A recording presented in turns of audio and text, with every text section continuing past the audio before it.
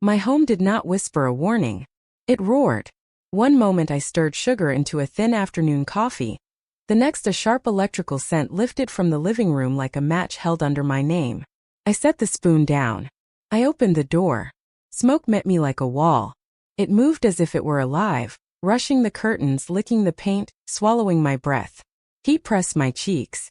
The smoke alarm was silent. Its battery had died months ago, and I had promised myself I would change it on Sunday. Sunday never came. I dropped the mug. It shattered and slid under the sofa. I could not see my hands. I heard glass crack somewhere deeper inside the house. I reached for the kitchen phone and the numbers danced while my lungs scraped for air. My name is Loretta Mae Johnson. I am 66. I buried my husband 8 years ago. I raised a son on long shifts and short sleep. I have watched enough summers to know the taste of peaches and enough winters to know the sound of a lonely house. I had never seen a wall move like a hungry animal until that day. I grabbed my purse because the strap was already on the chair as if it had been waiting. I thought of the photograph of Robert on the mantel. I could not reach him. The flames had already stepped onto the hallway walls. The kitchen light popped. The heat sounded like laughter. I pulled the back door. Stuck once. It gave. I ran. Air hit me like cold water. I reached the yard with my purse under one arm and a wet cough in my chest. Smoke rolled from the eaves in dark bands. Sirens rose in the distance. Feet pounded pavement. Mrs. Bernice Holloway from 2 doors down hurried across the grass with a blanket and a prayer. She wrapped me and did not let go. We stood together while my house ate itself. People gather for spectacle and for love. That street held both. Neighbors clutched their phones. Children stood with bikes and wide eyes. A man said my address 3 times as if he did not trust his memory. The truck screamed to a stop. Firefighters hauled lines as if they could pull time back. I sat on the curb. My legs shook so hard the blanket trembled. Coffee had splashed my wrist and cooled into a sticky brown kiss. Time burned faster than wood. The chief walked over with soot on his face and soft eyes. He said ma'am with a gentleness that almost undid me. We did what we could. He did not need to finish. I looked at the black rectangle where my kitchen window used to throw morning light, and knew the sentence was complete. Inside was gone. 42 years of chairs and quilts and birthday candles and quiet Tuesdays gone. I counted what I had saved and found 3 things. My name. My purse. Breath still moving in and out. The water stopped but the hiss did not. Steam hung on the siding like a veil afraid to fall. The chief said electrical, likely a tired living room outlet. I nodded as if I could confirm it. The Red Cross handed me water and a small card with numbers for help. Someone pressed another blanket across my knees. Sirens faded. Afternoon tilted toward gold. The street learned how to be quiet again. Mrs. Bernice would not let me go anywhere else. I slept on her narrow couch under a knit throw that smelled like lavender and starch. Her grandchildren promised to whisper. I stared at the ceiling and watched a hairline crack travel like a river across plain plaster. Now and then I saw Robert standing at that river in his good hat with his hands in his pockets. He did not come closer. Close to midnight I decided. In the morning I would call my son. Marcus is 45. He works as a sales lead for an insurance company. He lives in Ballantyne behind a neat lawn and a red front door that his fiancée chose after months of paint samples. We are not estranged. We are misaligned like a button that still goes through the wrong hole. He sends holiday messages. I send birthday cards with neat cursive and a short prayer. Grief taught me to travel light. Age taught me to do it with dignity. A burned house is not a suitcase you can carry alone. 7 I dialed. He answered on the 3rd ring with a voice already dressed for work. I told him there had been a fire. I told him I was all right. I told him the house was not. He was quiet for one breath. Then he said the words I needed to hear. Come over.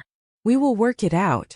Hank Miller, the adjuster, met me at 9 at what used to be my front steps. He wore clean boots and carried a camera and a clipboard with the steady confidence of a man who repeats the same hard truth in many driveways. He moved through rooms that were no longer rooms. He took pictures of a stove that was now a shadow of a stove. He wrote notes about a wall that had become a rumor. I stood where my dining table used to hold birthday cake and listened to the click of his pen. He said total loss like a weather report. He talked about coverage on the structure at $200,000. He talked about depreciation and a deductible that would not be gentle. He talked about likely payout near $90,000. He talked about process and time. Weeks. Inspections. Another visit. He handed me a brochure about additional living expenses that could help with a temporary apartment. My eyes slid off the words. He asked if I had a place to stay. My mouth said yes. My heart said maybe. When he left, I folded the Red Cross blanket into a neat square. The fabric had little arrows woven into it. Every arrow pointed away from the house. I took that as mercy. Called a cab. The ride to Ballantyne stretched longer than 40 minutes. The car smelled like pine cleaner and cologne. My city passed in bright pieces. The corner store where Robert bought the Sunday paper. The diner where the grits were always a little too salty and the waitress always called me sugar. The church that held our wedding and his funeral and my quiet Tuesdays between. I pressed my purse against my side and counted my breaths. Every breath was a small prayer. Lord, make me calm. Lord, help my boy open his door. The neighborhood looked like a magazine that had not learned how to wrinkle. Lawns kept at attention. Mailboxes that matched. Sidewalks without gum. White trim that did not remember dust. The cab stopped at the red door. My chest loosened. Marcus opened before I knocked as if he had been watching through the sidelight. For a heartbeat I saw the baby with milk on his lip and fever in his eyes. Then I saw the man with a smooth watch and a guarded smile. He said Mom and stepped back. I crossed the threshold and the air changed. The entry gleamed. Lemon and a floral note I did not know. The living room was white and glass. The coffee table shone like a second window. His fiancée stood near a chair. Alana. She had the posture of a woman who believes a house can be perfected. She smiled. Polite. Distant. I set my purse on the entry table. I kept my hands folded because the room felt like a museum. Marcus chose the armchair across from me. He did not sit beside me. At first I did not take that personally. I told them what the adjuster said. I spoke the number that tasted like chalk. 90,000. I told them about weeks and inspections. I told them about sleeping on Mrs. Bernice's couch with a remote hidden under the cushion and a toddler laughing at the sun.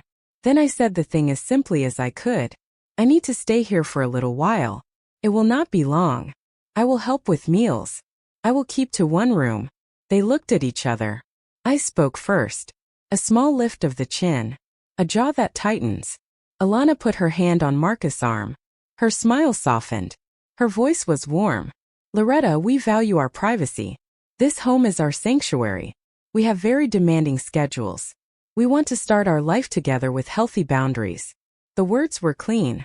They would look reasonable printed in a book for couples. In a living room where my knees still shook from fire, they felt like ice. I heard myself answer. I will be quiet. I will keep to one room. I will not bring trouble to your house. Alana leaned forward. This is not about being a bother, she said. It is about space. We need to protect our routine and our peace. Marcus cleared his throat. Mom, he said, maybe an extended stay hotel would be better for everyone. I can help with the first few nights.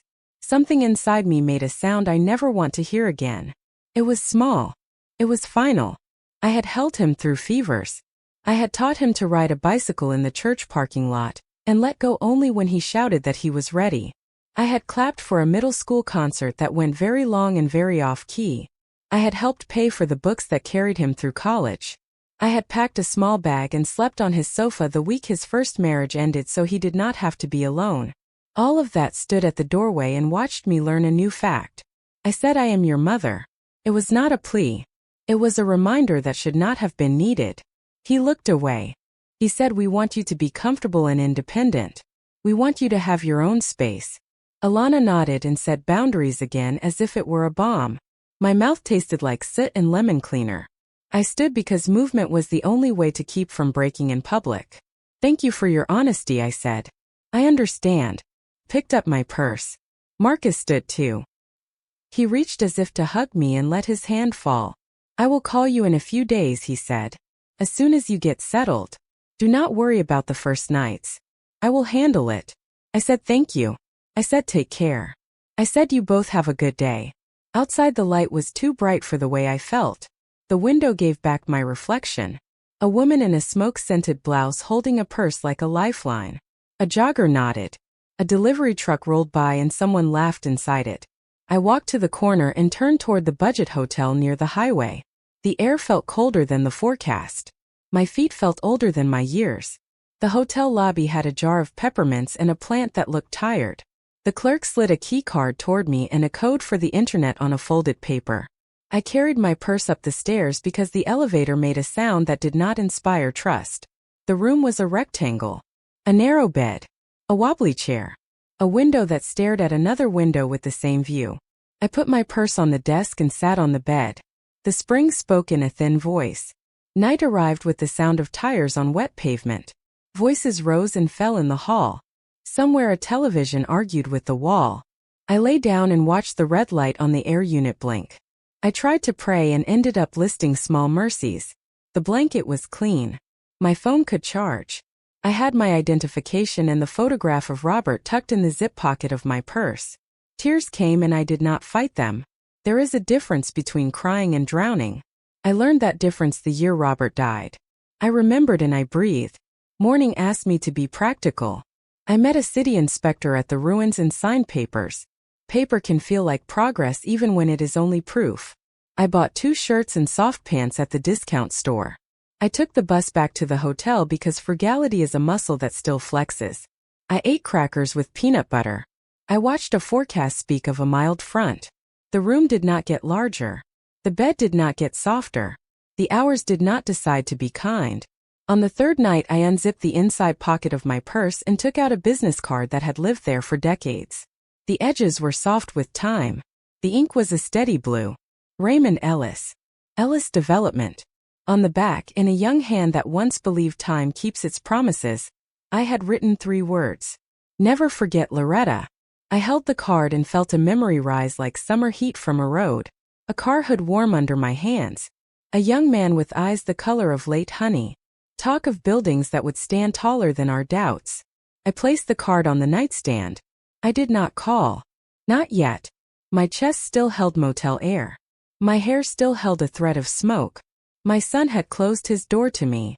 My heart was cracked but not broken. I turned off the lamp and lay down. The highway sang the same thin song it had been singing since I arrived. I closed my eyes and let the old card be a small square of light in the dark. Tomorrow would ask me to choose my next breath with courage. Before we continue, if this story has found you, subscribe so you will not miss what comes next. Tell me the city you are listening from. It comforts me to know how far a voice can travel. I did not sleep much that 4th night. The business card on the nightstand felt like a small lighthouse that could not decide if it wanted to save me. Just before 9 in the morning I sat at the small table and looked at the numbers I had written on hotel stationery. The claim number from the adjuster. The number for the Red Cross case manager. The number from my bank. Then the number in blue ink on the old card. I ran my finger over the letters until the paper grew warm. I dialed. A man answered on the 2nd ring. The voice reached me with the weight of years inside it. It had depth and a steady kind of care. I said my name. I said my last name that used to be mine before I married Robert. There was one pause that frightened me. Then he said my name back as if he were saying a prayer he had never forgotten. He asked where I was. He said he would come. I tried to tell him that he did not have to do that. He said to tell him the address and to wait in the lobby. His words were steady. I gave him the address. The call ended and the room grew sharp and bright with a kind of shock that did not hurt. I washed my face at the small sink. I brushed my hair. I put on the new shirt I had bought the day before. The one that made me look like I had made a choice and not a compromise. I packed the purse with the papers the adjuster had given me, and the folded photograph of Robert in his good hat. I sat on the edge of the bed and listened to the highway sing its thin metal lullaby. 10 minutes later I saw a silver car pull under the awning. I stood. My knees tried to remind me of my age. I told them to behave. He stepped out of the car and the years stepped out with him. Raymond Ellis had broader shoulders than the boy I had once loved. His hair had surrendered to silver at the temples. His eyes had not changed. They were the color of late honey in early evening. He looked up and saw me through the glass. His mouth softened. He did not rush. He opened the door for me and he did not ask for permission to be kind. I tried to say I am sorry for calling you after so long. The words tangled. He said that he had been waiting for my voice for a very long time. I told him there had been a fire. I told him that I was safe. I told him that I had lost almost everything. I told him that my son had asked me to choose independence over the shelter of his living room. I watched his face while I said those things. I did not see pity. I saw attention. It is a rare thing to be looked at as if you are a person and not a problem. We drove with the radio turned low. I did not ask where we were going. He said home and I let that word be a soft blanket around my shoulders. Buildings slid past the windows and gave way to stretches of green. He asked about the claim and I told him what the adjuster had said. I told him about a brochure for additional living expenses. He asked if I had anyone to help read the fine print. I told him that I had done my own taxes for decades, but that grief made numbers slide around like fish on a dock. He said he knew a woman named Patrice who had helped many families navigate insurance after storms and fires. He asked if I would be comfortable speaking with her. I said yes. The drive settled into a rhythm that sounded like a promise. I told him about Robert in a few simple sentences. I told him about our apartment that grew into a house. I told him about one child and one long marriage that wore thin at the edges and still held.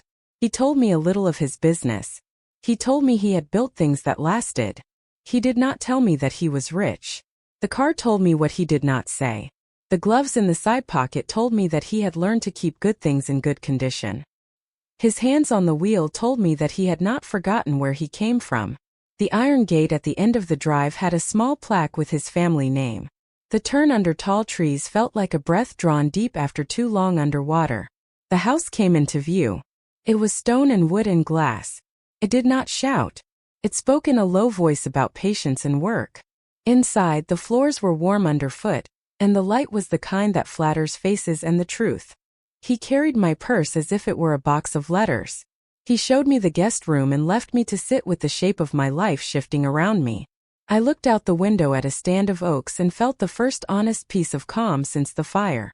We sat at a kitchen table that could have been in a magazine if the magazine had remembered that kitchens are for food and not only for photographs. He cooked. He moved like a man who had not waited for other people to feed him. He asked me to talk and then he listened. I told him about Marcus. I told him that my son had been careful and capable since childhood. I told him that care without warmth becomes a kind of glass. You can see through it. You cannot live through it. I told him that Alana had been polite. I told him about the word sanctuary and the word boundaries and how they can be used to protect love, or to excuse distance. He said we will get you stable. He said we will read every line of that policy. He said we will make a plan that does not depend on the kindness of people who are not ready to be kind. The word we felt like a hand at the small of my back guiding me down a dark hall toward a light switch. Patrice joined us by video that afternoon. She wore a navy sweater and competence like armor. She said to gather documents. Policy. Letters from the adjuster. Photographs of the damage if I had any. Receipts from the motel. She explained additional living expenses in clear steps. If the policy includes ALE, the insurer can cover reasonable temporary housing, meals beyond a normal grocery bill, and some incidentals while the home is uninhabitable. She suggested we request clarity on the ALE limit, and the process for direct billing to a landlord or a hotel to avoid large upfront costs.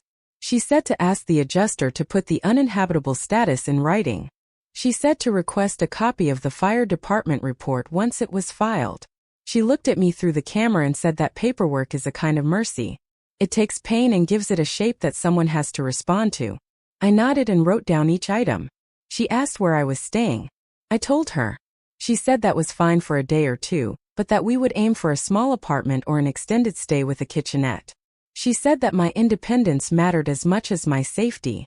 She said she could conference with the adjuster the next morning if I wanted. I said yes please. After the call I stepped out to the back porch. The air smelled like cut grass. Birds fussed at a feeder as if their opinions mattered more than our plans, and perhaps they did. Raymond came out with 2 glasses of water and we sat without talking for a while. The quiet was not empty. It was a place to put things down. When I went back inside I pulled my purse from the chair and spread the papers on the table. I made 3 tidy stacks. Claim. Expenses. Identification. I added a page from the hotel with my name and dates. I added the cab receipt. I added the slip from the discount store where I had bought the 2 shirts and the soft pants. I added the brochure about ALE and underlined 2 sentences. Raymond brought a small folder and labeled it with my name. He wrote the date at the top in neat block letters. I felt something inside me sit up and smooth its dress. That evening we talked about how to speak to Marcus next. Raymond did not tell me what to do. He asked questions that showed me where I was standing. Did I want to try again for his guest room? No. Did I want to accept money from him for the hotel? Not now. Did I want to tell him where I was staying? Yes, but not yet. I wanted to tell him that I was safe. I wanted to tell him that help had arrived. I wanted to tell him that I still loved him. That last sentence sat in my throat and would not come out. I decided to say it later, when I could say it without sounding like a woman begging to be taken back. I slept that night under a quilt that smelled faintly of cedar and soap. I dreamt of walls that did not move. Morning brought coffee and emails. Patrice had already written to the adjuster with a simple list of requests. She copied me. She asked for the uninhabitable status in writing. She asked for confirmation of ALE coverage and limits. She asked for a direct contact in the housing department of the insurer. Hank replied within an hour with a short note. He would request the letter from his supervisor and send the department contact after lunch. He attached a preliminary report that used the phrase likely electrical failure and listed my home as not safe for occupancy pending repair or rebuild. I printed the email on the small printer in the study and placed it in the folder. Paper that says not safe can break your heart. It also clears a path. Raymond drove me back to Charlotte to retrieve the small safe from the ruins. The fire department had told me I could come by when the scene was clear. I wore heavy shoes. The house did not look like a house. It looked like a story that had been told to a cruel end. We stepped carefully. The safe sat low and black under a shelf that had fallen in a tired way. Raymond lifted it with both hands. I carried a small bag with a few salvage things. A ceramic bird that had lost its tail. A brass picture frame that had turned from gold to a softer brown. We stood in the doorway and I said goodbye. It is important to say goodbye even to wood and plaster. On the drive back we stopped by Mrs. Bernice for a quick visit. She brought me a small tin. Inside were index cards she had gathered after the fire. On the top card she had written your recipes, just the ones I had copied for her over the years. She said she did not know what had survived and what had not. I cried in her small kitchen with the lemon curtains and the magnet collection that looked like a tiny road trip. She told me that the neighborhood had opinions about many things. She told me that some folks had said that Alana was careful with Marcus in a way that did not feel like love. She told me that a friend in the homeowners group had mentioned that the couple had been managing some debt from a previous remodel, and that stress makes people put on hard coats. She told me this, then she put her hand on mine and said, "Do not make that your excuse for them." I said I understood. I tucked the recipe tin into my bag like a treasure. Back at the house in Atlanta we made lunch. After we ate, I opened my phone and looked at my messages. I scrolled through the thread with Marcus and saw what I already knew. Holidays. Short notes. A photograph of a new grill. A link to a house paint sample. A thank you for a birthday card. There were no sentences with weight. I took a deep breath and typed one. I wrote, I am safe. I have temporary shelter. I am getting help with my claim. I will update you after I speak with the company about housing. I ended with love, Mom. I did not say where I was. I did not ask to come back. I put the phone down and practiced breathing in for 4 counts and out for 6 until the urge to add more words passed. That evening I sat with Raymond in the study and looked through a box of old photographs he kept in a lower drawer. He handed me one I had never seen. It was a picture of us on the hood of his first car. A tired little coupe that had rescued us from more than one boring party in our 20s. My hair was a halo in the sun. His arm was slung behind me on the metal that had already cooled in the evening. I asked why he had kept that particular picture, printed in the soft color of film that has lived a long time. He said that the mood in it had carried him through long nights. He did not elaborate. He did not need to. Patrice called the next morning with news. The insurer had confirmed ALE. The limit was enough to cover a modest apartment for several months while the claim progressed. She had secured a contact who could arrange direct payment to a property manager, so that I would not carry the cost on a personal card. She suggested 2 apartment communities within a practical drive of my neighborhood, both with first-floor units. She had also placed a request with the fire department for the final report once it was approved. She told me she would join me for the apartment visits if I wanted. I felt a knot in my chest loosen. Paperwork had turned into possible doors. Doors are a mercy. I thanked her. After the call, I looked at Raymond. He smiled the kind of smile that opens the day.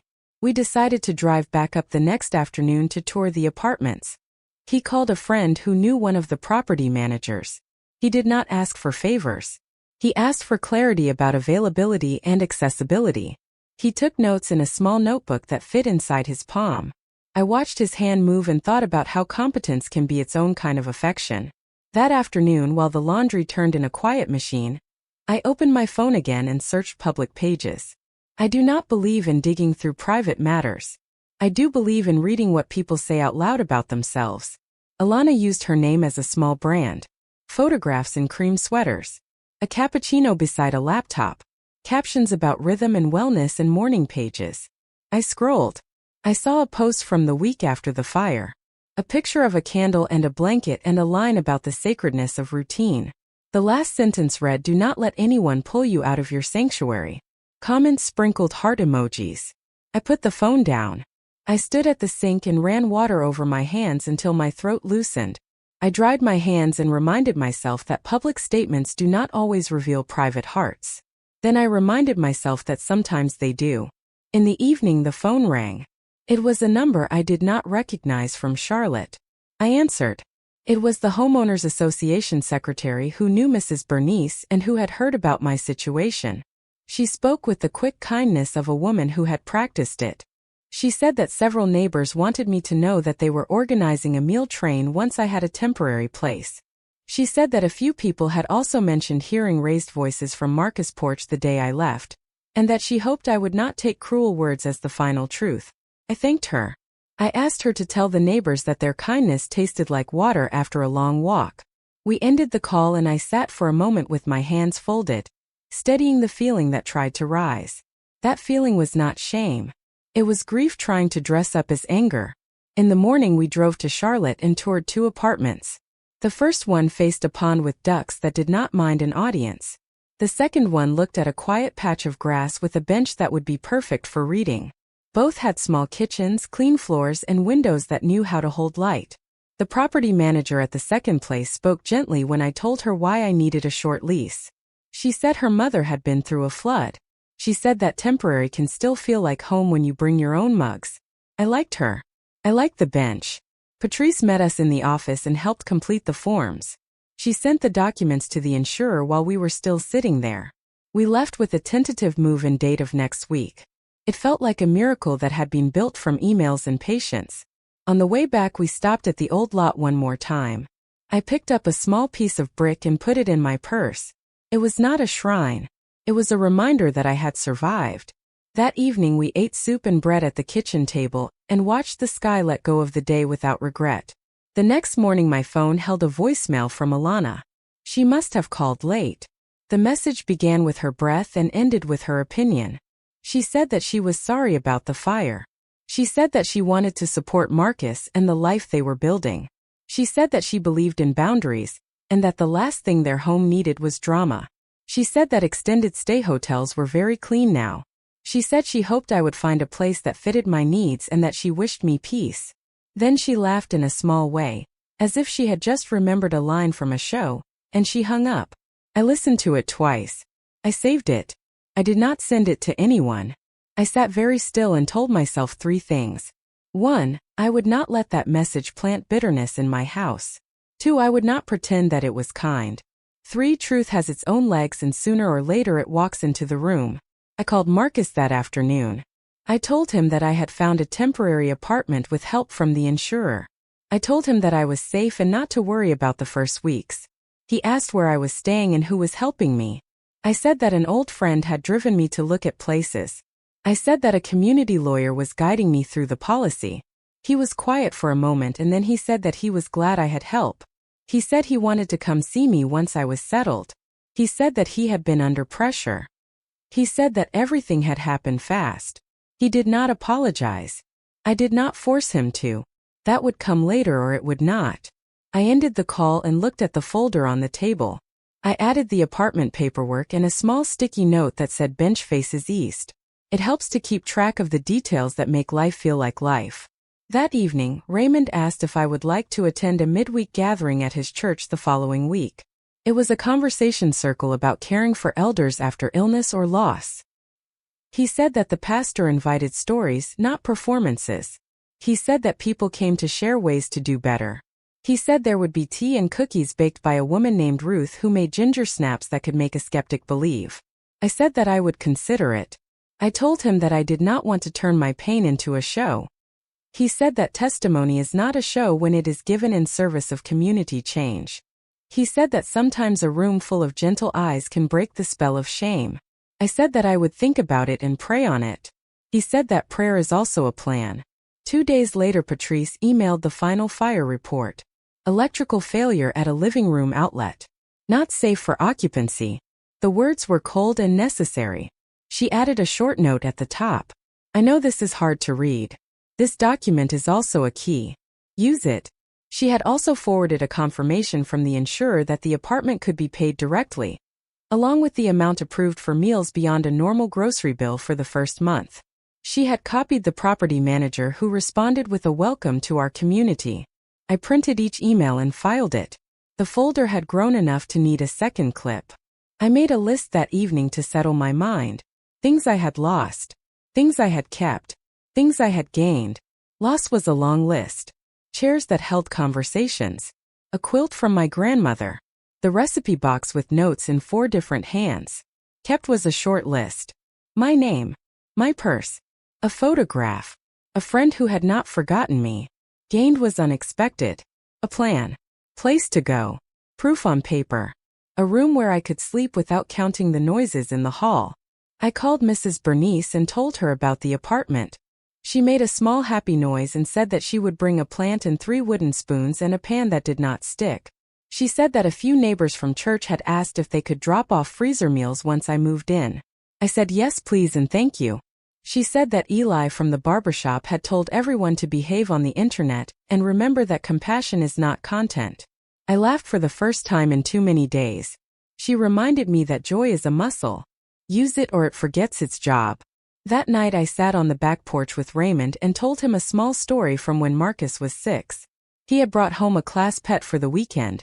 A small turtle in a plastic case that looked like a tiny stadium.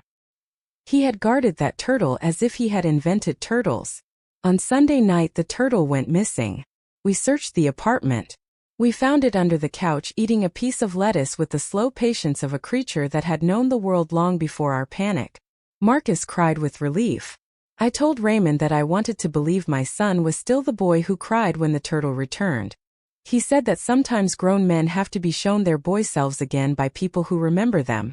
He said that truth is not a weapon when you love the person you are bringing it to. It is a mirror. You hold it steady and hope he looks long enough. In the morning I packed a small bag and we drove to the apartment to sign the last pages and pick up the keys. The property manager walked us through the unit. The kitchen was small but well arranged. The bedroom window faced that east bench. I could already see myself there with a mug in hand. We tested the smoke detector together and she showed me where the batteries go. We smiled at each other in a way that said we both knew what we were doing. I set the first mug in the cupboard and placed the folded photograph of Robert on the dresser. I put the recipe tin from Bernice on the counter. I put the folder with the papers in the top kitchen drawer. I have learned that important things should live at hand. I sat on the bench outside and watched the light spill through a row of trees and felt a small piece of peace settle into my lap. On the drive back to Atlanta that afternoon, I asked Raymond if he ever felt angry on my behalf. He said yes and that he learned long ago to let anger do its job and then send it to its room. He said that what helps is a plan. He said that if I wanted, after I had slept 2 good nights in the apartment, we could talk about how to hold a truthful conversation inside a circle that would not turn into a fight. He said that he would sit in the back and keep quiet. He said that love sometimes means being the quiet in the room while someone else says what needs saying. That night we ate chicken and dumplings. I cooked. He peeled carrots. We moved like two people who had known each other for a long time and had decided to try again with more wisdom. After dinner we stood in the doorway of the study and looked at the framed things on the wall. He had photographs of buildings at different stages. He had a sketch from a child who had drawn a very square house with very large windows and labeled it Mr. Ray Home. He had a small frame with a faded ticket stub from an outdoor concert where we had once danced until our feet forgot that they were tired. I slept well. In the morning I woke with the sense that the ground under me was solid. I said thank you out loud. I brewed coffee. I read the apartment rules and made notes about trash days in the laundry room. I wrote to Patrice to thank her again. She wrote back and said that she had spoken with a community center director who would be hosting a forum on family care after crisis in 2 weeks. She said there would be a panel, a short talk by a social worker, and time for testimonies. She asked if I would be willing to share 3 minutes about what had helped and what had hurt. She said I could decline. She said she was asking because she had a sense that my voice would help someone else stand up. I closed the email and thought for a long time. I wrote back and said maybe. I said I would decide after I moved into the apartment and had a chance to breathe there. She sent a smile and words and said that was perfect. Later that day my phone rang again. It was Marcus. He asked how I was. I said I was moving into a temporary place in 2 days. He said he wanted to see it. He said he wanted to bring something. He asked what I needed. I said a small lamp and a set of towels would be useful. He said he would take care of it. He said he was sorry that the first day had gone the way it had. The apology sat on the table between us like a dish that you are not sure was meant for you. I said thank you. I said I would text him the address and a time. After we ended the call I sat for a while with my hands around my coffee mug. I thought about the circle at the community center. I thought about the bench that faced east. I thought about the old card on the nightstand in the motel.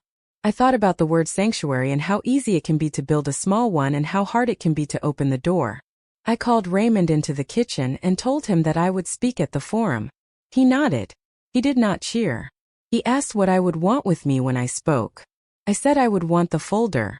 I said I would want the recipe tin on the counter at home to remind me that nourishment is a kind of testimony. I said I would want the small piece of brick in my purse to remind me that I had walked through fire and did not dissolve. Before we end this part of the story, let me ask you something.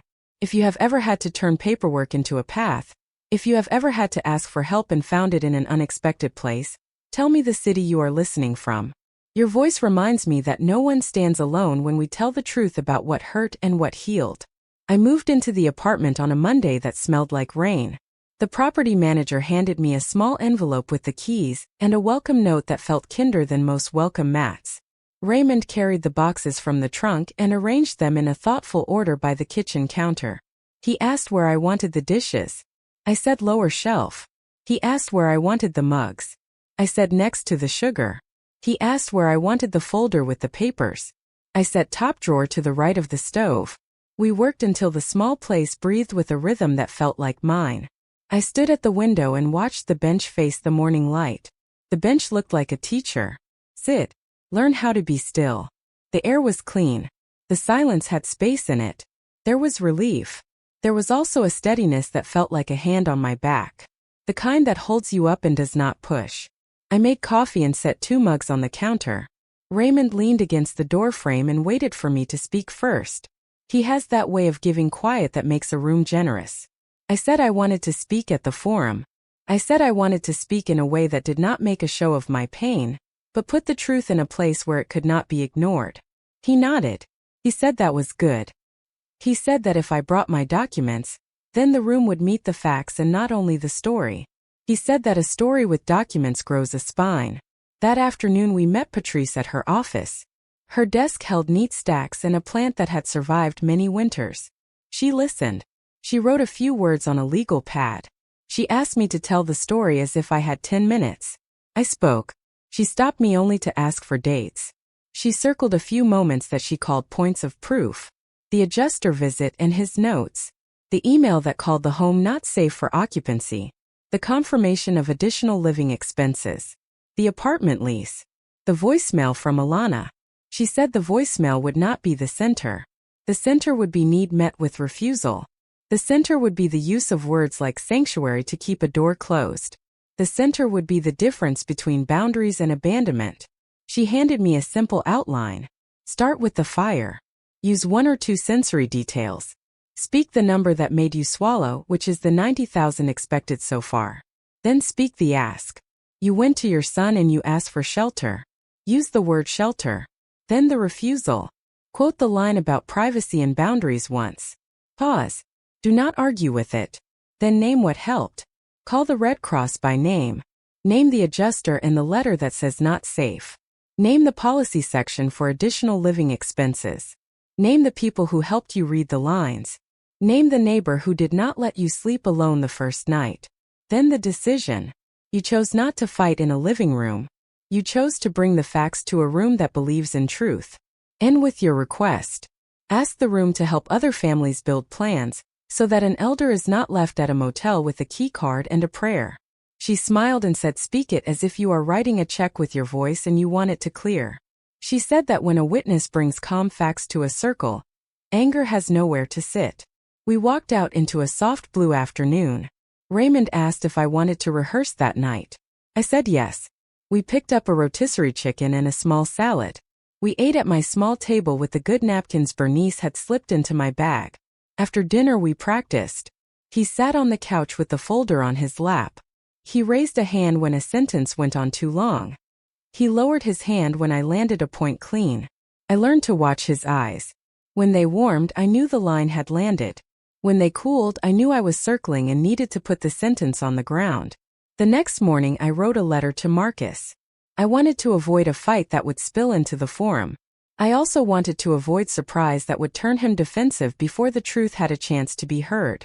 I wrote that I would speak at a community forum about caring for elders after crisis. I wrote that I would share my experience with the fire and the aftermath. I wrote that I would try to speak in a way that honored our family. I invited him to attend. I told him that I would be grateful if he listened, and that I would welcome his voice during the open time if he chose to share his lessons.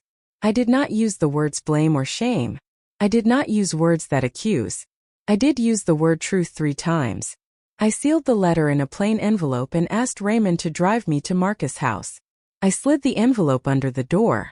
I stood for a moment on the porch that had seen me leave with a pocket full of shakes. The same lemon and floral scent lived inside. The door did not open. The porch did not remember me. We drove away. 2 days later Marcus called. He said he had gotten the letter. He said that he was not sure what I planned to say. He said that he would attend but that he would not be comfortable with a public confrontation. I said this was not a confrontation. I said this was a circle for stories that could help other families do better. I said that if he attended it would send a message that our family meant to be honest and learn. He said nothing for a long breath. Then he said he would come. He said Alana would join him. I said that would be fine. I said that I would be seated near the aisle. I said I would save them a place. We ended the call politely, like 2 people finishing a meeting that had gone as well as it could go. That evening a message arrived from Alana. She said she respected my desire to process. She said she believed healing happens in private. She said that she wanted to support Marcus. She said that words can be used like weapons. She said she hoped I would choose a path of grace.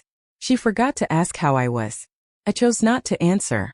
The day before the forum, Patrice stopped by with a slim binder that looked like something carried into a boardroom.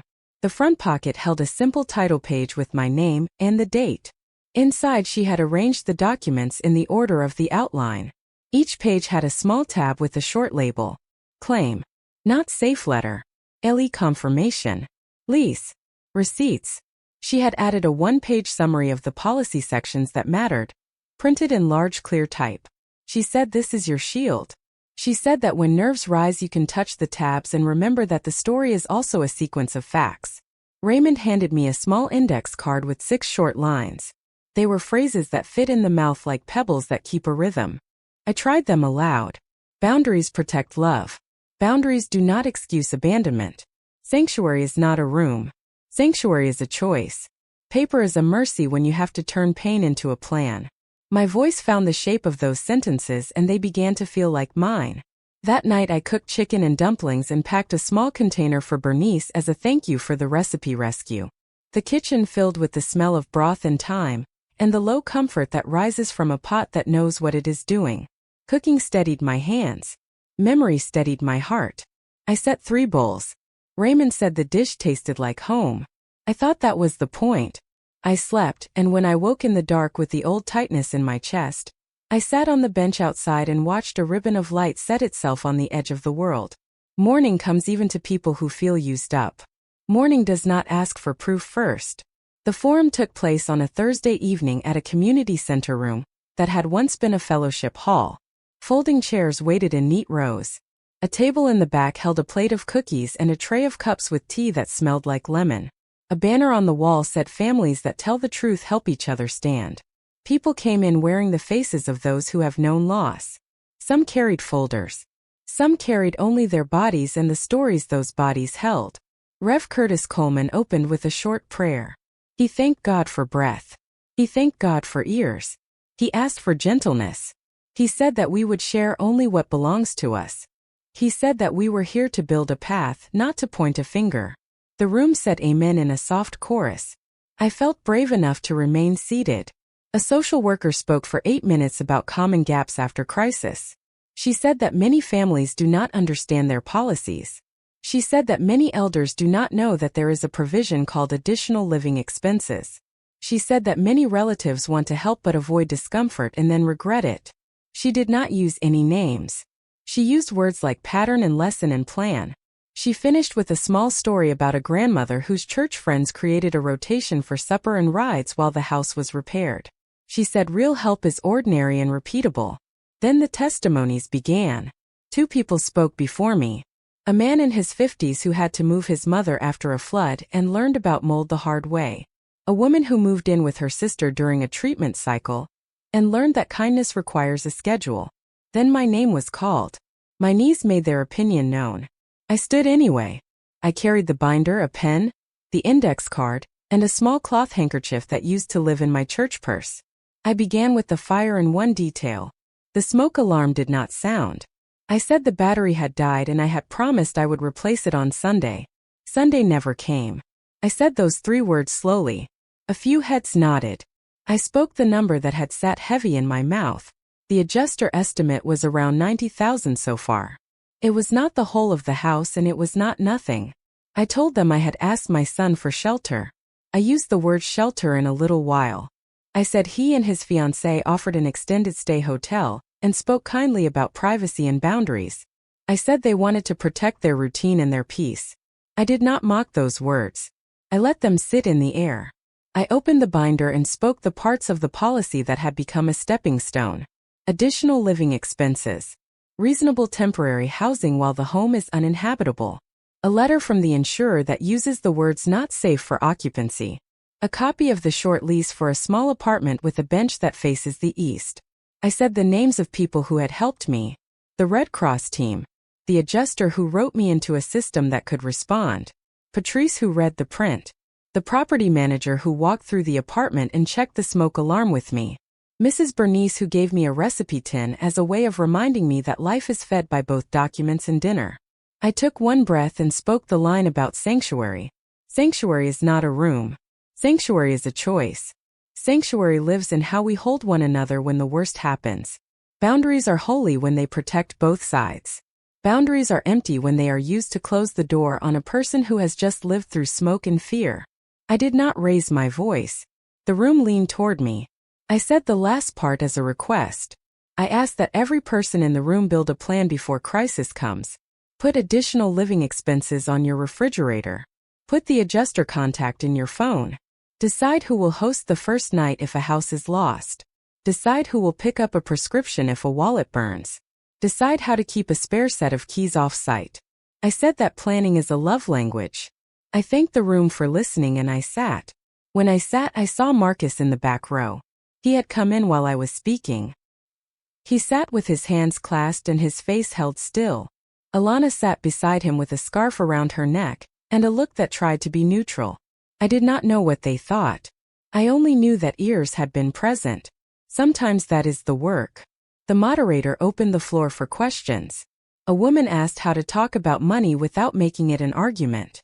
A man asked whether a grown child should move a parent in or pay for an apartment. The social worker answered with, if your house can hold someone with dignity, do it. If it cannot, pay for a place that can. The pastor added that either choice should be made in conversation, and with a time frame. No one should be parked in a spare room without a plan to return to a life that fits. Then the moderator asked if any family members in the room wanted to speak to what they had learned. Marcus stood. He looked taller than I remembered. He swallowed. He said he had heard words tonight that hurt. He said he had also heard words that helped. He said he had chosen routine over mercy. He said he was sorry. He did not look at me, which made the apology sound truer. He looked at the room and said he did not want to be the man who sent his mother to a motel. He said he was learning about how fear dresses up as words like privacy when what it really means is I am afraid of disruption. He said he wanted to do better. The room was quiet in a way that had weight. The moderator thanked him. He asked if anyone else wanted to share. Alana stood. She said she believed in mental health. She said she believed a home must be protected. She said that a person has a right to quiet. She said that families are messy and that sometimes boundaries are the only way to keep a relationship safe. Then she said that she was sorry for her tone. She said that she had been scared of becoming responsible for something big. She said that she had let that fear decide for her. She sat down. People shifted. The pastor nodded once. After the session, people came up to touch my arm and thank me. One woman pressed a small envelope into my hand with a gift card inside and said, "Use this for good coffee." I smiled and promised I would. Marcus came forward and stood at a respectful distance. He said, "Thank you for how you said it." He said that he had expected me to swing at him. He said I had held up a mirror instead. I said that I had brought my facts because facts do not throw punches. They ring like a bell. We walked out into the night air, which had a little bite. Alana stood near the steps and looked as if a long day had taken off its shoes. She said she was sorry again. I said I heard her. I said that kindness has a sound. I said that I would know it when I heard it again. She nodded and did not argue. Marcus said he would come by tomorrow with the lamp and towels. I said that would be fine. On the drive back, Raymond did not speak first. He held the wheel with steady hands and let the night settle. When he did speak, he said the line I hoped to hear. You did not hurt him. You hurt the part of him that needed to be hurt. The part that believes comfort is sacred, even when someone is standing outside the door with smoke in her hair. I breathed out and found that my ribs moved easier. The next morning, Marcus arrived at the apartment with a lamp that was nicer than mine and towels that were soft. He placed the lamp on the table and plugged it in. He stood there and watched the light. He said he had replayed that first day 100 times. He said that he had let fear of disruption make him smaller than he wanted to be.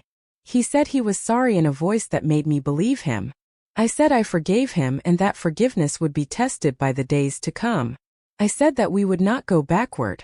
We would go forward into a relationship with clearer lines. He asked what that meant. I said it meant that I would not move into his house and he would not manage my days. I said it meant that he would visit and help with paperwork when asked and that we would both bring our whole selves to conversations. He nodded. He asked if there was anything else I needed. I said yes. I said I needed him to look at me and see the woman who raised him, not a problem to be solved. He nodded again and I saw the boy who cried when the turtle came back. That afternoon, Patrice called with an idea. She said that since the forum went well, the church would host a follow-up circle in 2 weeks focused on practical steps for families. She asked if I would sit on a small panel with a social worker and a property manager to talk about getting from panic to plan in the first 72 hours after a crisis. She said 3 minutes would be enough. I said yes. I wanted the next part of this road to be about building, not only about repair. Raymond and I started a new ritual. Every morning we sat at the bench for 10 minutes in stillness. Then we went inside and did 15 minutes of paperwork or planning. It might be a call to a contractor for an opinion on cost to rebuild. It might be a list of what to replace first when the next check arrived. It might be a note to the insurer with a gentle question about timeline. It might be a thank you card to a neighbor. 10 minutes of stillness. 15 minutes of plan. This set the day in a way that gave time a shape. In the quieter hours, I drafted a letter to myself. I wrote that revenge did not live in breaking someone else. Revenge lived in the strength to put the truth in daylight and refused to carry shame that was not mine. I wrote that my dignity did not depend on an open guest room. I wrote that the circle at the community center had burned away some old fog in my chest. I folded the letter and put it inside the binder. Documents and dinner and letters. These were my tools now. A week later, Patrice invited me to a small prep session for the second forum. We met with the property manager who had smiled at me when I tested the smoke alarm. She brought a simple checklist. It began with 3 things that are often lost or too damaged to use: identification, prescriptions, and proof of address. It listed where to request replacements. The social worker added a few more. Place the Red Cross number on your refrigerator. Keep 1 small copy of your policy in a binder and 1 scanned in your email. Keep a flash drive with copies at a friend's house. I asked if that was too much. She said it was a plan. Plans look like too much until the day you need them. Marcus texted me later that night and asked for a copy of the checklist. He added a sentence that made me set the phone down and smile. He wrote, "I am learning." I wrote back, "I see that." We kept it simple. Simple is sometimes the most honest way. 2 days later, Alana sent me a message that did not try to dress up. She wrote, "I am sorry for how I spoke. I was afraid of losing control over my life and I pressed the wrong lever." She wrote, "I would like to bring a meal if you will have it." I stared at that line and heard my mother voice say, "Take the food and see how the next visit goes." I wrote back yes and asked if she could come Sunday afternoon. She said yes. She brought a casserole that tasted good and sat on my table as if it had always belonged there. We talked for 20 minutes about the difference between quiet and cold. She listened. When she left, the kitchen smelled like baked tomatoes and olive oil and a small bit of repair. Raymond and I sat on the couch after she left. He asked what I felt. I said I felt a thread of hope and a strong desire to protect it from being pulled. He said he understood. He said that hope is a muscle too and that we would work it a little each day. Before the second forum, I took the small business card out of my purse. I had kept it near me these many weeks as a reminder that a past promise can still lift a current day. I placed the card in a simple frame. I set it on the shelf by the door. It did not look like a trophy. It looked like a compass. Pointed me toward the next right thing. Tell the truth. Bring the papers. Set the table. Invite the people who want to learn. Close the door gently on those who do not. Then open it again when they knock with better hands. The night before the forum, Marcus called. He said he had been reading about additional living expenses and wanted to share the information with 2 friends who were caring for parents. He asked if he could join the panel as a student voice who had learned in public. I thought of my first letter on his porch. I thought of the motel. I thought of the community circle and the way the room leaned toward us. I said yes. I told him he could speak for 2 minutes about what he had done wrong and 1 minute about what he had learned. He laughed once. He said that was fair. I slept that night with the window cracked. Air moved the curtain like a small breath. Morning came and I stood on the bench that faces east with my hands wrapped around a mug. I thought about revenge. I thought about the old way I understood it. Break the thing that hurt you. I thought about the new way I held it. Build the thing that makes what hurt you smaller. Make a room for truth. Put a table in it. Set out cups and cookies. Invite the people who may never have been invited to the truth before. That is the kind of revenge I wanted. It looked a lot like change. When I sat down at the table, I wrote a new list for the binder. Bring the index card. Bring the lease copy. Bring the not safe letter. Bring the receipts. Bring the piece of brick. Bring the framed card. Bring a spoon for the coffee. Bring a handkerchief in case someone else cannot speak because the words are stuck, and they need a small cloth to hold while they try again. I zipped the binder and placed it by the door. Then I called Bernice and told her the time. She said she would come. She said she would sit in the front row and hold my gaze if my voice shook. I thanked her and told her I would bring dumplings when this part of the work was done. The day spread out before me like a calm street. I walked it 1 step at a time. I wiped the counter. I watered the plant Bernice had given me. I lined up 2 mugs. I wrote a small prayer. Let my words be clean. Let my anger sit and learn. Let my son be brave.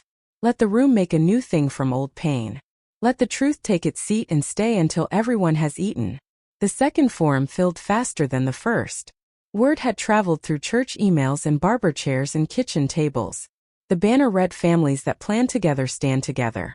The chairs were set in a gentle arc so that no one would face a wall alone.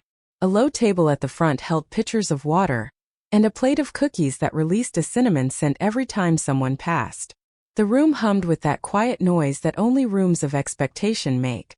It sounded like paper being turned and courage being folded open. I arrived early with my binder under my arm, and the small framed card wrapped in a cloth. Raymond carried a bag with extra copies of the checklist Patrice had made. Patrice came in with a laptop and a stack of blank forms for people who wanted to gather their documents before going home. The property manager from my complex walked in with a simple smile and a clipboard that meant business. Rev Curtis greeted everyone at the door by name, or at least with a warm hello that felt like knowing. I set the framed card on the table. It did not draw attention. It watched the room the way a witness watches. Raymond placed the checklists by the pictures. Patrice set a small tabletop stand with the words "Your story matters, but your facts will help you walk across the room." The words were simple and the meaning was a rope across a river. The pastor opened with a prayer that was a kind of instruction. He asked that we speak only what belongs to us. He asked that we listen longer than we defended. He asked that we respect each other. He said that the truth will not break a person who wants to be whole. A soft amen moved across the chairs like wind through grass. The social worker spoke for a short time about the first 72 hours after crisis. She kept it simple. Breath, body, bed, paper. Call the emergency line and the insurer. Find a safe place to sleep. Begin a folder. A family member should be assigned to call for replacement identification. If there is no family nearby, a friend can play that role. She named the Red Cross and 3 local organizations that could help with short-term needs. She ended by holding up the checklist that Patrice and the property manager had assembled and said that a plan printed once can save an elder from standing at a hotel desk with only a purse and a prayer. Then the panel began. The property manager spoke about leases that can flex and companies that accept direct payment from insurers. She explained the difference between a furnished unit and a regular unit, and what items are usually covered by additional living expenses. Patrice gave the clearest explanation of policy terms I had ever heard. She told the room that every policy has a logic even if the language seems cold. She advised people to ask for the uninhabitable letter. She advised them to keep receipts but not panic about saving every small paper since a restaurant receipt is not a home. The social worker nodded at that and said, "Do not spend your energy on recreating a ledger when you still need to breathe." It was my turn. I stood and the room quieted. I introduced myself again. I said I was a neighbor and a mother and a widow and a woman who had walked through a burning house. I held up the binder and said that this had become the spine of my days for a while. I opened to the tab marked "Not Safe" letter and read the 2 sentences that mattered. Then I closed the binder. I did not want to drown the room in paper. I wanted to direct it. I wanted something else to happen that night. I wanted my son to take up a seat he had prepared for himself. He sat near the side aisle, hands folded, face clean of any smirk. He had brought a notebook. He had brought a lamp and towels last week and a basket of fruit that tasted like apology. He had asked to speak. I felt a small thread in me go taut and then relax as he stood. Marcus introduced himself as my son. He said that he worked in insurance and still did not read the situation in his own living room with a heart that was open.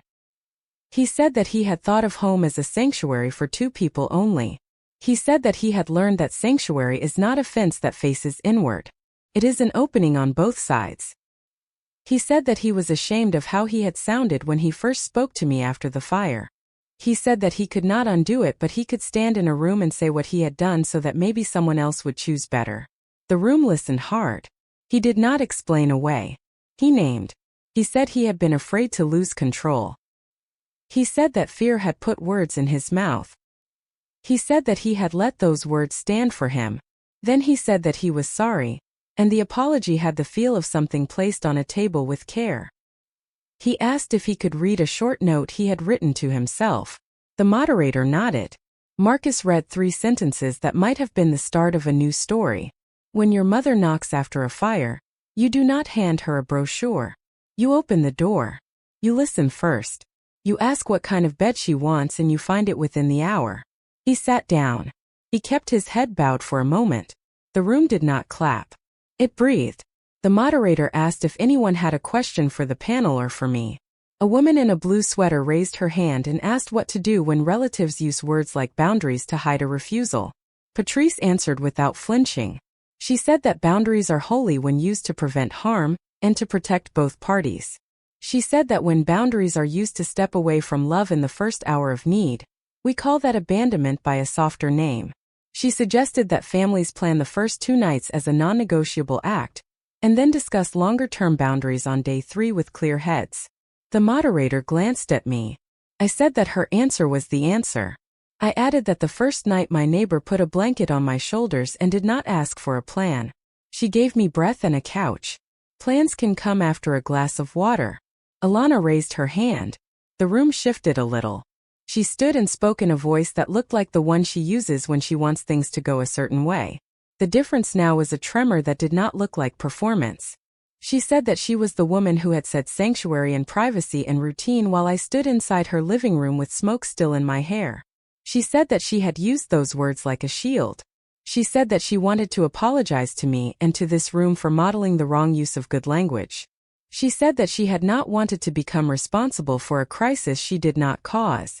She said that she now understood that love is not a closed circuit. She sat down.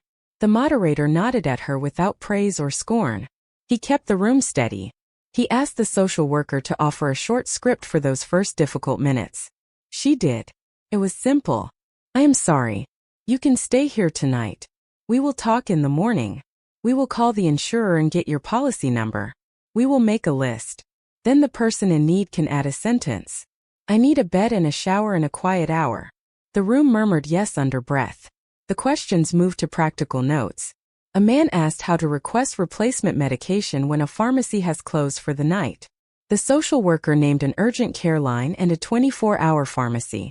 Patrice added that some insurers have emergency response units with case managers who can authorize short fills. The property manager explained how to document the contents of a refrigerator when a power outage spoils food, and how that might be treated under coverage. Details mattered. Details rescue people when feelings want to flood the room. Then the moderator asked if any community members wanted to speak to what they had done in the first week that truly helped a neighbor or a parent. Mrs. Bernice stood in her lavender cardigan and held the microphone the way a person holds a teacup. She said that she had given me a couch and a blanket and a recipe tin. The room laughed gently at the recipe tin. She said that feeding memory is as important as feeding the body. She said that later she would bring a plant and 3 wooden spoons, and that this was her way of saying that a kitchen could be rebuilt without money at first. She sat down and I felt my throat thicken in the kind way. The moderator closed the questions and asked the pastor to say a short word before the final exercise. Rev Curtis spoke about the difference between exposure and humiliation. He said that our room tonight was about light, not heat. He said that we were not here to shame anyone. We were here to make shame unnecessary by giving people a way to act right before they had to make excuses for acting wrong. He said that truth without gentleness can harden a heart. He said that gentleness without truth can rot a home. He asked the room to hold both. For the exercise we broke into small circles. Each circle included a checklist, a pen, and someone who could help with forms. I sat with Patrice and 3 families. We filled out names and numbers. We wrote policy numbers and dates. We wrote the name of a friend who would keep spare keys. We wrote the name of a pharmacy and a doctor. We wrote the number for the Red Cross. We wrote the number for the insurer into 2 phones and pinned it. We wrote down which neighbor would be called first if an elder did not answer the door by 9 in the morning. Paper grew into a small net that could catch a future fall. While we worked, I felt a shift in the room. It was not loud. It was the feeling of 30 people moving from helpless to prepared. Marcus came by our table and asked if he could take a stack of checklists to his office. Patrice handed him a pile and said, "Take more." Alana asked the property manager a half-dozen questions about accessibility and first-floor units and how to prove uninhabitable status. The property manager answered without a hint of superiority. She had lived through a fire as a child. She said that she remembers what smoke does to the voice of a house. After the exercise, the pastor invited short testimonies in 2 sentences. People stood and spoke sentences that sounded like nails in wood. We will keep a copy of our policy at church. We will place a spare set of keys at Aunt Ruth's house. We will start a call tree. We will make soup for the first week. We will not use fancy words to hide from hard work. I watched the room build a language that could hold what might come. Then the moment that would sit inside me for a long time arrived. The moderator asked if anyone had something they wanted to place on the front table, as a symbol of a decision. I stood with the framed card. I did not make a speech. I said that this card had carried a 7-word promise inside 3 simple words. Come home was the heart of it. I said that for a while I had thought home was a place with one door. I said that now I believe home is a decision we make toward one another. I placed the frame on the table. It did not gleam. It held steady. Marcus stood and walked to the table. He placed his notebook beside the frame. He said that it held a letter to himself about what to do the next time someone he loves is in need. He said that he did not want to forget. He looked up and met my eyes. I nodded. It felt like watching a line get drawn that we could both follow. Alana came forward with a folded sheet of paper. She said that she had made a list of what she would bring to a parent in the first hour if a crisis came. She named 3 things: water, a phone charger, a blanket. She placed the paper beside the notebook. It was not dramatic. It was enough. The pastor closed the night by asking us to stand in a circle. We held hands. The room went quiet. He thanked God for the truth. He asked for strong backs and soft voices. He asked for mercy that does not excuse and justice that does not crush. He said amen and the room answered. People lined up to take the checklists. A few asked me to sign their copies, which felt strange and sweet. I signed with my name and the date. Felt like saying I was here and it mattered. The property manager collected names for a follow-up call. Patrice scheduled 2 small clinics at the community center for next month.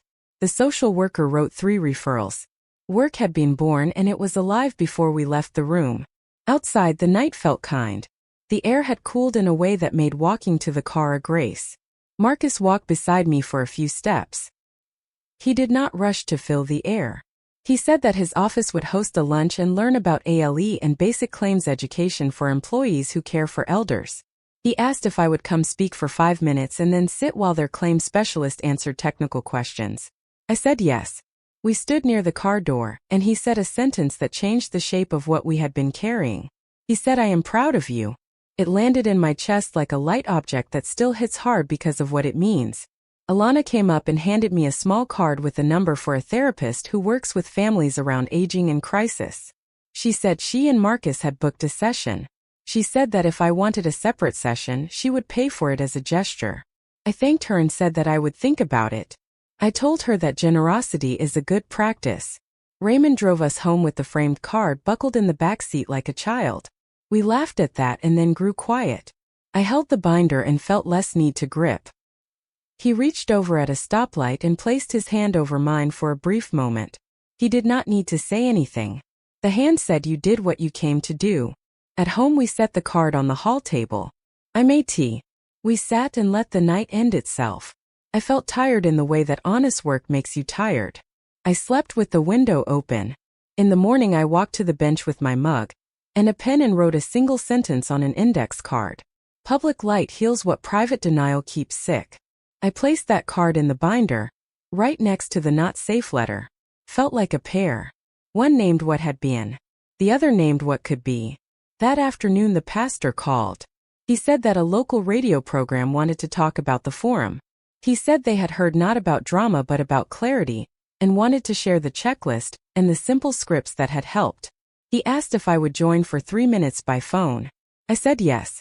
He said that I would simply tell a few lines of my story and talk about the first night rule. I said I would keep it as plain as bread. The radio spot aired the next morning. I sat at the kitchen table with the phone on speaker and a mug beside a folded napkin. The host asked gentle questions. I answered in sentences that did not try to sell anything. When she asked for the line that I wanted listeners to keep, I said these words. When a mother knocks after a fire, you open your door and your heart for one night, and then you build a plan with her. The host repeated the line and thanked me. Raymond raised his coffee in a small toast. We smiled like people who had watched a thing grow from ashen to grain. Later that day my phone buzzed with messages from people I had not spoken to in years. Some sent heart emojis. Some sent prayers. Some sent questions. I answered what I could and pointed them to Patrice for the hard parts.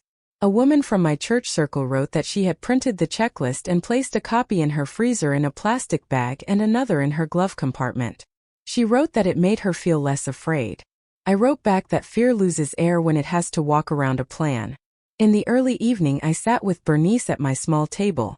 She tasted one of the cookies from the forum that I had wrapped and brought home. She said that public truth is a strong medicine and we had measured the dose well. She asked me how my heart felt. I said that it was sore the way a muscle gets after it has been used for the first time in a long while. She said that soreness means you are building something. She kissed my cheek and told me to rest.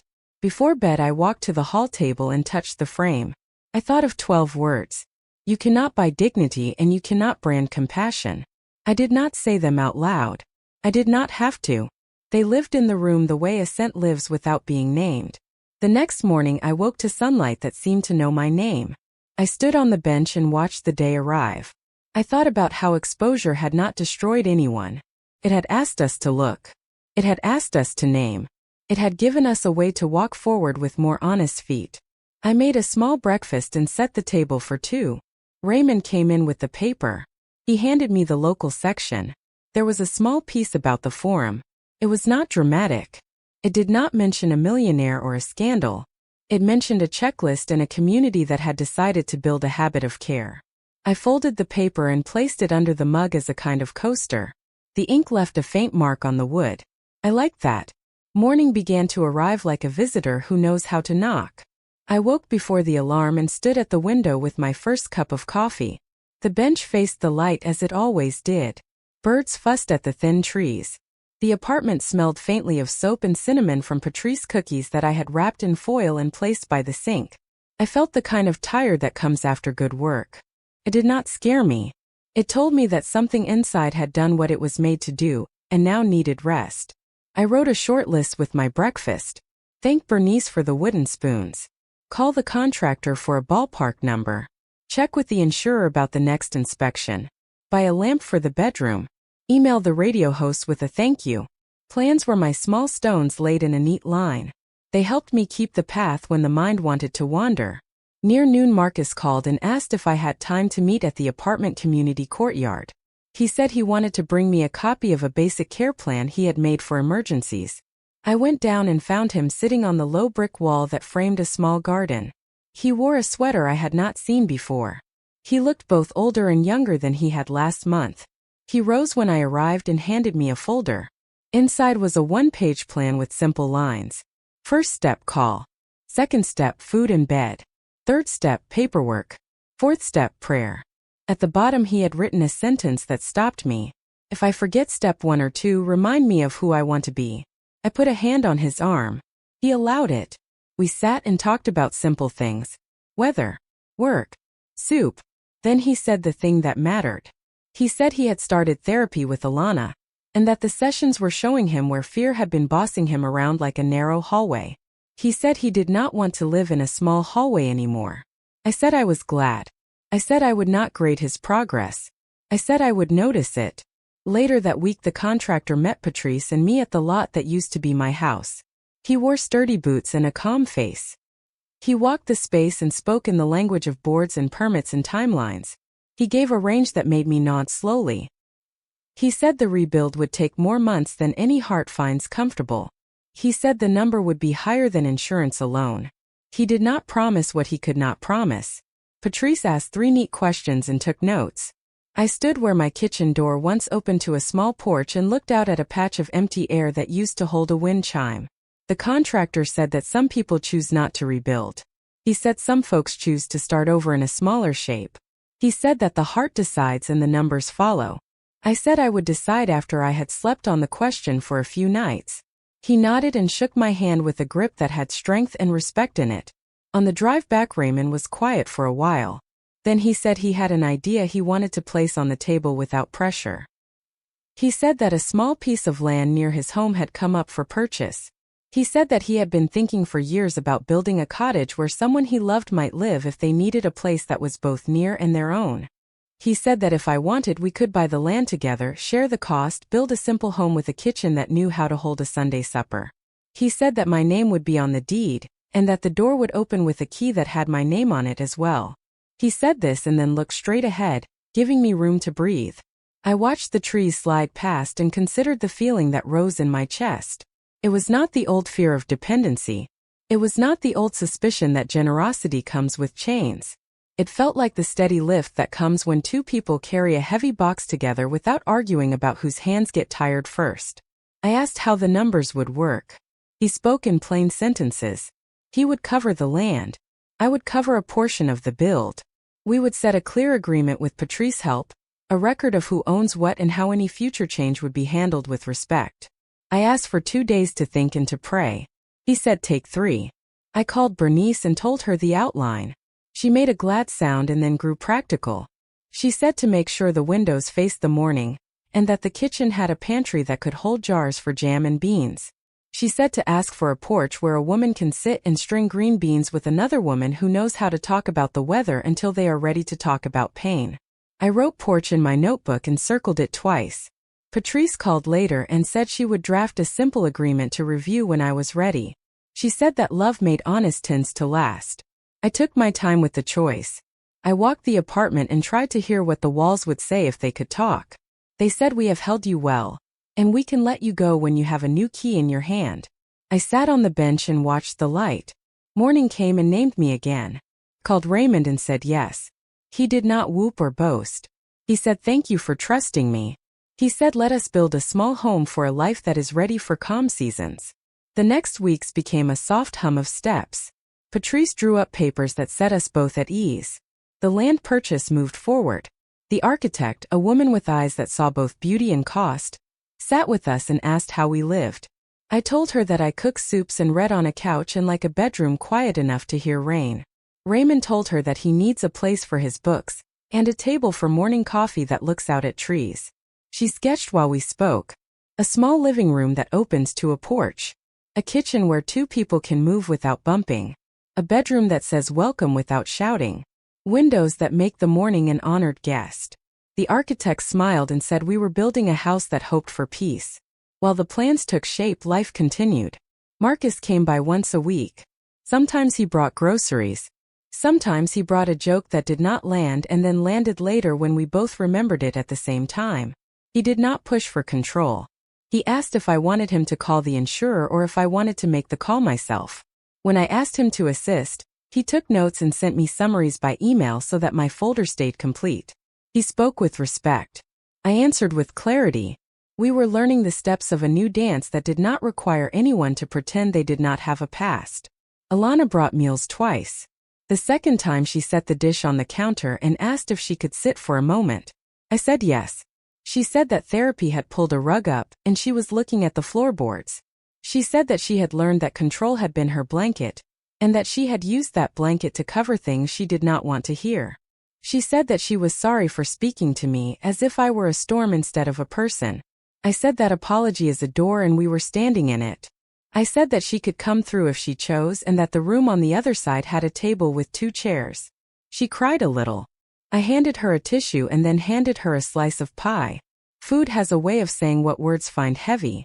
The small publicity around the forum brought calls to Patrice's office from 2 other churches. She asked if I would join another panel in a month. I agreed. This was not fame. It was responsibility. I had walked through a fire and found a kind of map. It felt right to hand copies of the map to others, even if the paper left smudges on my fingers. The cottage build was not quick. Permits asked for patience. Weather asked for patience. Life asked for patience. I learned that patience is not a sigh, it is a muscle. We visited the site on Saturdays. I brought a thermos of coffee and 2 cups. Raymond walked the lines the surveyor had marked and talked about trees. He spoke to the crew with a tone that recognized their skill. He did not wave his success like a flag. He let his respect do the talking. I stood where the porch would be and tried to imagine a string of mornings rising up to meet me across that open space. I could hear the rhythm of a life that did not ask me to prove anything. In the middle of all this work, the letter from the insurer arrived with the next check. It was not the final piece, but it was a good piece. I held the envelope with 2 hands for a full minute before I opened it. Then I placed the check in my folder and wrote thank you on the inside corner to remind myself who to thank for every door that opened. God, neighbors, professionals who did their jobs with care, and my own older hands that had learned how to keep steady even when a pen felt heavy. A month later the frame went up. A beam was lifted and set, and the sound it made settled into me like a hymn. Bernice and Marcus came to watch. The crew laughed when Bernice clapped as if someone had finished a solo. She said she could clap for a beam as easily as for a singer. Marcus stood close to me but not touching. He said it felt good to watch a thing rise. He said it felt like we were not trying to get back what we had lost but making room for what could be next. I squeezed his hand. He let me.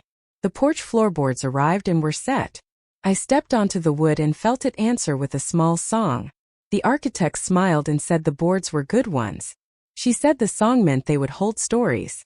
I imagined a small table with 2 mugs and a plate of something sweet. I imagined a quilt over my knees in late fall. I imagined a child visiting in summer with a sticky face and a question. Hope is a kind of design also. Raymond asked me one quiet evening if I would consider a private ceremony in the garden when the house was finished. He said that he had waited a lifetime to find a day that felt like this. He said that he wanted to say vows in the presence of a few people who knew how to hold joy without breaking it. He said there would be no big performance. He said there would be a pastor, 2 witnesses, a simple cake, and a promise that fit our age and our faith. I listened, and the quiet inside me answered yes before my mouth did. I said yes with my mouth and felt the echo in my chest. We chose a date that would not rush anyone. We asked the architect for an estimate and gave the crew time. We asked the pastor to choose a scripture that spoke of endurance and calm. We asked Bernice to bring the recipe tin so that it could sit on the porch railing like a true guest. We asked Marcus to attend. We told Alana that there would be no room for scenes, only for community. She nodded and said she understood. She asked if she could bake a pan of rolls. I said yes. Good bread belongs at important tables. The day came with clear light. A few chairs were placed on the grass. The porch held the small framed business card that had carried me across the motel nights. The card did not look old anymore. It looked earned. The pastor spoke simply. He talked about 2 people arriving at a season where promise means practice. He asked us to speak our vows. I told Raymond that he had listened to me when I needed to speak long and speak slow. I told him that he had carried boxes and plans without treating me like another box to be moved. I told him that he had brought me coffee and courage, and that I would bring him steadiness and soup. He told me that my presence had turned rooms into home.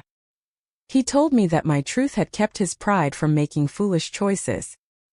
He told me that he would guard my dignity the way some men guard their reputation. We both cried a little.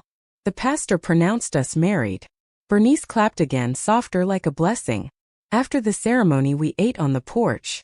The rolls Alana brought were perfect. Marcus hugged me and said the sentence I had hoped for. He said that he was happy for my joy, not just relieved at my safety. There is a difference. Relief is an exhale. Joy is a steady breath that keeps on. I felt the difference like a new rhythm inside my ribs. Late in the afternoon the small group walked the property line. The air smelled like cut wood and cake. The sun slid lower. I looked at the cottage and saw a life under construction that was not a project but a promise. I saw rooms where quiet would not feel like silence. I saw a kitchen where broth would simmer while someone talked about their day. I saw a bedroom where the open window would carry the sound of rain to a woman who could finally sleep without counting fears. We moved into the cottage a month later. The first night we sat on the porch with 2 mugs and a blanket between us. The stars did not blink in a fancy way. They simply held. I placed the small framed card on a shelf by the door. It sat beside a photograph of Robert that I keep near to honor the story that brought me to every step. Grief and joy can sit on the same shelf without fighting if you dust them both. In the new rhythm I kept a gentle schedule. Morning on the bench. 10 minutes of quiet. 15 minutes of planning. A walk among the trees if weather allowed. A call to Bernice once a week. A note to Marcus on Sundays if church had made me think a thought he should hear. Visits from neighbors who had stood in a circle and made promises to themselves. Visits from women at church who wanted to talk about policy numbers and recipes in the same breath. It pleased me that my table could hold both. Marcus and I went to a family therapist for a few sessions. We learned how to talk without building a case. We learned how to apologize without a speech. We learned to say I was wrong followed by a period and a plan for not doing the wrong thing again. Alana joined and did not turn the hour into a presentation. She came honest. We were not perfect. We did not need to be. We knew where the door was if we started to argue. We knew how to step outside and look at the sky until our voices remembered their jobs. One afternoon, a letter arrived from the insurer marking the closing of the claim. The numbers were final. They were not a windfall. They were a tool. I placed the letter beside the framed card. The two pieces of paper felt related. One was a promise from a past heart. One was a promise from a policy that had been read line by patient people. Both had carried me when the ground under my feet had stopped behaving. People sometimes ask me now what the lesson was. I think they hope for a line that fits on a magnet. I can offer a few. Truth walks on its own feet. Dignity is not furniture. Sanctuary is a choice we make toward each other, and we can make it with a couch and a casserole and a key handed without ceremony. Boundaries protect love. They do not excuse neglect. Paperwork is not cold. It is a kind of mercy that gives pain a path. Community is not a hobby. It is how we live without becoming hard or hollow. The last time I visited the old lot, I stood for a minute and touched the trunk of the tree that had watched my house burn and my life bend. I told it thank you for the shade it had given me in summers past. I told it I would not visit again often. I told it that goodbye is also a form of respect. Then I walked back to the car and did not look over my shoulder. Some chapters deserve a soft door that closes without a click. At home, I set a pot on the stove and cut onions and carrots and celery in the pattern my grandmother taught me. Raymond came in with the mail and a quiet laugh. He kissed the top of my head and asked if I needed anything. I said, taste and tell me if the salt is right. He tasted and he smiled. It was right. We ate at the table with the late light on our plates. The room felt full, but it was not crowded. It was full of breath. When the dishes were done, I sat with a piece of paper and wrote a note to the future. I wrote that I have been many things. Daughter, wife, widow, mother, woman in smoke, woman with a folder, woman on a bench, wife again. I wrote that I had learned to let the light in even when it showed dust. I wrote that I had learned how to let my son apologize without punishing him for arriving late to his own better self. I wrote that I would keep the binder neat, the porch swept, the coffee ready for whoever needed to sit and plan their first 72 hours of a new life. Before I end this chapter with you, let me ask you something the way I did at the start. Did this story meet you where you live? If it did, subscribe so you can sit with me again. Tell me the city you are listening from. It comforts me to know that a voice can cross streets and states and oceans and find another heart at the right time. We will keep telling the truth together. We will keep setting tables for it. We will keep choosing a sanctuary that is made of open doors and steady hands.